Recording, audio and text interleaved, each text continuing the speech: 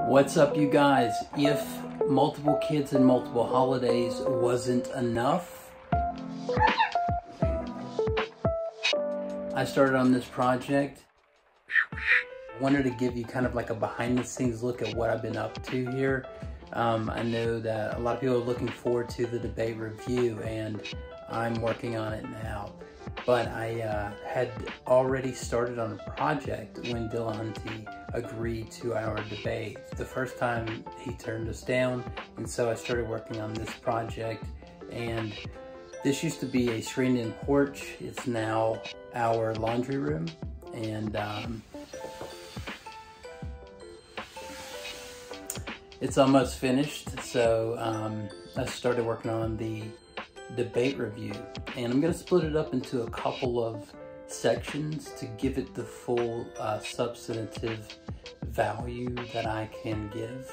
So I just kind of threw together a ton of like montage pictures and clips I've been taking over the last 2 months or something. It's getting better, and spending a lot of my times at night working on my projects, but I'm almost finished. All I gotta do is put in a sink right here over the cabinet, put these handles on the cabinets up here, trim out the window. I've already got the heat and air run. I've ran 50 foot of plumbing across the entire house, 50 foot of 10-3 electrical wire across the house. The drains out the back had to go under a concrete slab. It was rough. It wasn't my favorite, but that's what we had to do to have a laundry room at this part of the house. But I hope you guys enjoy this, and let me know in the comments what kind of projects you guys are working on. I'd really be interested to hear, like, are you guys working on like furniture, or you know, do you have any builds in the backyard or anything that you're working on that is really interesting? Yeah, I'd like to hear about it. So one day I realized we don't use our backyard, and the back of the house looks pretty bland. I like to build, so I thought, why not build a 20-foot pergola and turn this screened-in porch into a laundry room / mudroom? So I began by picking up lumber and hardware, gravel, sand, and digging up the grass to lay the paver blocks. I put down sand and gravel first, then started laying the pavers. And all in all, I like the look of the pavers. They do take a lot of work though. Then I began framing up the pergola. I used 10-inch joinery to make sure this thing was strong. The last thing to do really is add a canopy to the top and stain it, which I still haven't stained it till today. But now it's time to focus on this screened-in porch area. We try to church it up a little by redecorating, but honestly, we just don't use this area, and it's kind of between a room and on the side of the house. So I started by tearing down the screen, and then I started framing up the walls. Then when the canopy came in the mail, I went ahead and put it on. It looks nice. It all looks nice, the pavers and all, but don't let it fool you. I mean, like, this is not a weekend job. This takes a lot of work, of course. You can see the siding I started taking off of the inside there. And with so much to do, you just got to get started. One step at a time, like anything, starting to pull nails, taking off screws, but be careful. All this railing has to come down. All that vinyl ceiling has to come down and be replaced with drywall. Minutes turn into hours quick. This door had to come out of that wall in that bedroom anyway, so I'm actually going to use it as my outside door. So it's pretty convenient. All this vinyl siding I can reuse on the outside of the house once the outside's framed up around the doorway. So next I frame up the door and window. They were pretty quick and easy. But it seemed like every other day I'm forgetting something at Lowe's. Like, where's that adhesive I bought? Oh yeah, I didn't actually buy it. I forgot it. Right, now I need sheetrock, mud. Now I need nails. Now I need insulation, sheathing. And Lowe's can just take so long. You can sink so much time into Lowe's or Home Depot or Menards, wherever you shop. But you got to find everything, wait in line. And I know where pretty much everything is. I worked there for a couple of years, so you'd think I'd get out of there quick. But now I just run into everybody I used to work with and contractors that I used to work with and so forth. But now that what's called the rough work is done, rough-in, I can start working on the finish work. Drywall, paint, trim, that type of stuff. So I start putting the drywall up first. That way I can get the washer and dryer and all in there. And it's looking like a construction site. But it is starting to come together. Got half the drywall up, some of the trim, door, window, so forth. Dog door. But with so much to do, sometimes it's like, oh man, what do I start on first today? But the outside, I've got the sheathing on, then my wrap on, starting to put on some of this vinyl siding, as you can see right here on this dog door. Now, this is where I hit a very unfortunate, time-consuming snag. This washing machine has to be drained somewhere, and it can't go in the house. So I'm having to run it to this clean out in the backyard, which is fine. It's just going to the main drain line. This is for the plumbers to kind of clean out your drain lines. The problem is I have to take up all these pavers and go underneath this concrete slab.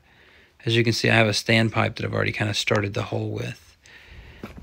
And it is not, hydro excavation is not easy. So I'm going to have to come out of the back side of this room, down and all the way under this whole concrete slab and take up all of those pavers just to hit that clean out pipe. Guys, it is never fun to take up something that you just put down.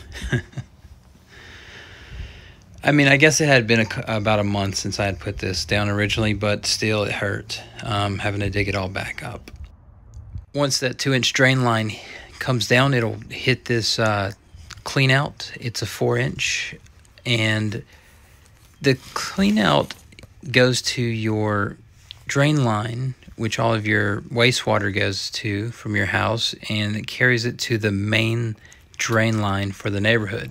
I'm going to have to cut the PVC under this fitting and leave enough room to fit a 4x2 reducer sanitary tee. So it's going to take that 2-inch pipe down to up to a 4-inch pipe.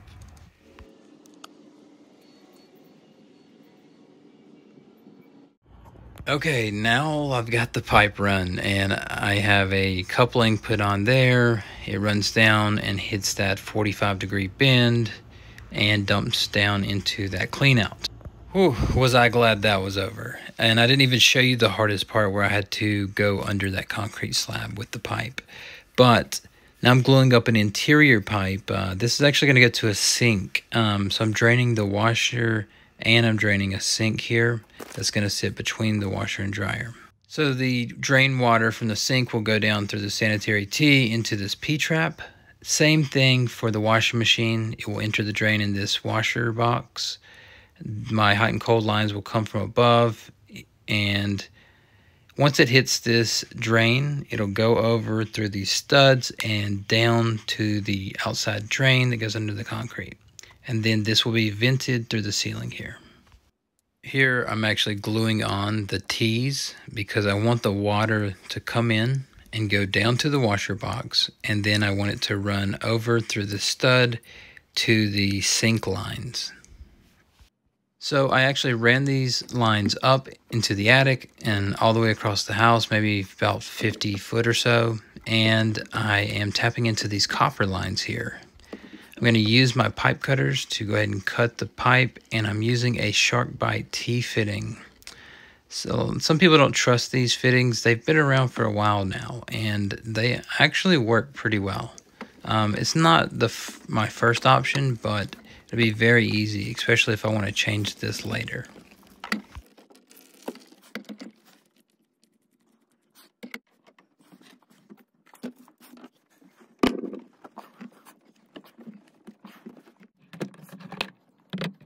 So you literally just push them together to connect them. In fact, these are called push to connect fittings. SharkBite is a brand name, but that's what they are. You may also notice that I put a ball valve on here. That's going to make it real convenient to turn off either the hot or cold water whenever I need it. So Next, I move to my heat and air. I'm going to use this T to tap in. I've got my register and the cover, and it basically just sits right on like this. I know I'm going to want heat and air. My wife's going to want heat and air out here. So I just run the pipe into this T and tap into the system. Well, part of the reasoning for the laundry room change is our old laundry room is just this laundry closet. So I'm going to actually rob the 10-3 outlet for the dryer that's already existing. I've already cut the line, the power, then I cut the 10-3 line so that I could tap into it upstairs. And I'm just going to take this outlet so I don't have to buy another one.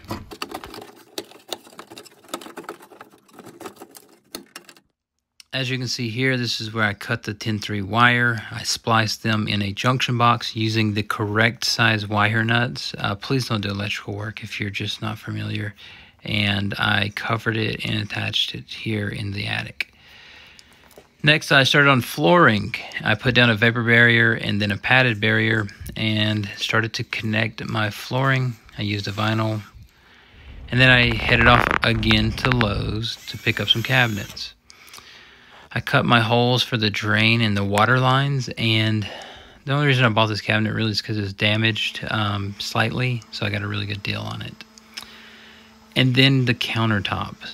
Countertops that are 2 inches or more are very expensive, unfortunately, and I just was not paying that kind of money for a countertop, so I decided to build my own.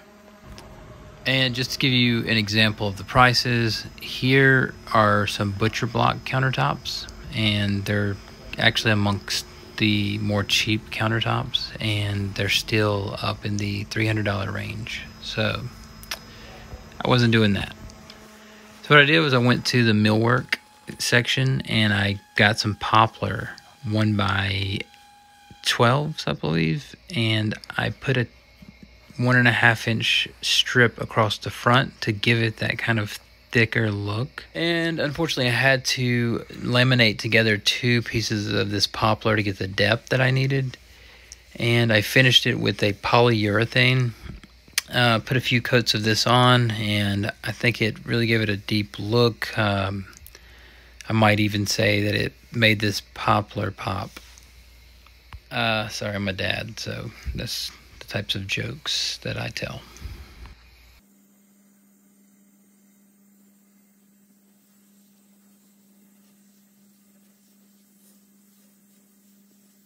Oh, the old laundry room closet. Oh, I had to move the washer and dryer now. But once they're out there beside the cabinet, it's starting to come together. I just have to cut out that window and take down that ceiling vinyl and so forth. I got my heat and air duct put up in the attic. I didn't actually tap it in yet, though. You can see here that I just have it sitting on one of the potential registers that I could tap into, but I ended up moving it later on. I went by Lowe's, and every time I'm in there, my buddy's like, "Hey man, I got some stuff on sale, or why don't you buy this damaged product or something?" And I picked up all this shiplap for like $20 for an entire cart full because it had little chips and stuff on it. And yeah, not bad at all. The finished part is always everybody's favorite. It's the HGTV part. Nobody wants to do the hard work, but I got the cabinets put up and I got the shiplap put up. My drywall, of course, is finished. I just need to sand and paint. It's leveled in both sections. So, in conclusion, what we used to have was this screened-in porch. And at the making of this video, when I started at least, this is what I had so far. I think it looks pretty nice, but I still needed to cut a hole in the countertop and run some trim and put the sink in and a faucet. And actually, by the time I'm done editing this video, I had that work done, so you can see it. So here's the sink I picked up. Picked it up actually years ago, but I'm finally using it. You can see I got my hole cut out here. And while it's not the finished product, I still need to paint and so forth. Still got some trim work to do. I think that so far it is turning out to be pretty nice. hope you guys enjoyed seeing some of this behind the scenes of one of my most recent projects. Now I have more time to work on some of the YouTube content that I've been putting off for so long. And then hopefully after that, I'll be able to get to reading a book or two that I have laying around that I've been ordering but not reading. So, and yeah, stick around. I hope to have at least part 1 of my review done within the next couple of days. So thanks for all the support, and God bless.